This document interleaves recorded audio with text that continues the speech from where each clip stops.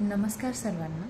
तर मला एक प्रश्न पडलेला, म्हणजे मला खूप पप्पांची आठवण येत होती. माझ्या लग्नाला 2 वर्ष झालेत. तरीही म्हणजे आईवडिलांची आठवण सगळ्यांना येतेच. लग्न झालं, खूप वर्ष झाले, 2च वर्ष झाले तरी पण.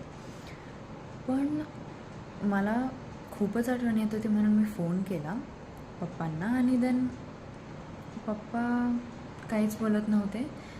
थोडंफार बोलले, कामात होते म्हणून. मग मी म्हणलं, ठीक आहे पप्पा, मग तुम्ही कसे आहात, कुठे आहात, जेवलात का? अँड देन पुढे काही बोलू मला कळेनाच. बरं ठीक आहे पप्पा म्हणले, काम काय नाही एवढं इम्पॉर्टंट, तू बोल. पण मला कळेनाच मी बोलू काय, शब्दच निघेनात. म्हणजे मला बोलायचं तर खूप आहे, खूप खूप जास्त बोलायचं आहे. मला इतकी आठवण येत होती.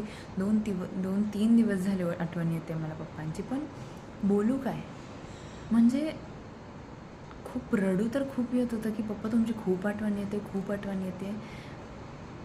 पण बोलू काय, शब्दच फुटेनात. म्हणजे ते शब्दात ते सांगूच शकत नाही आहे मला की किती आठवण येते तुमची.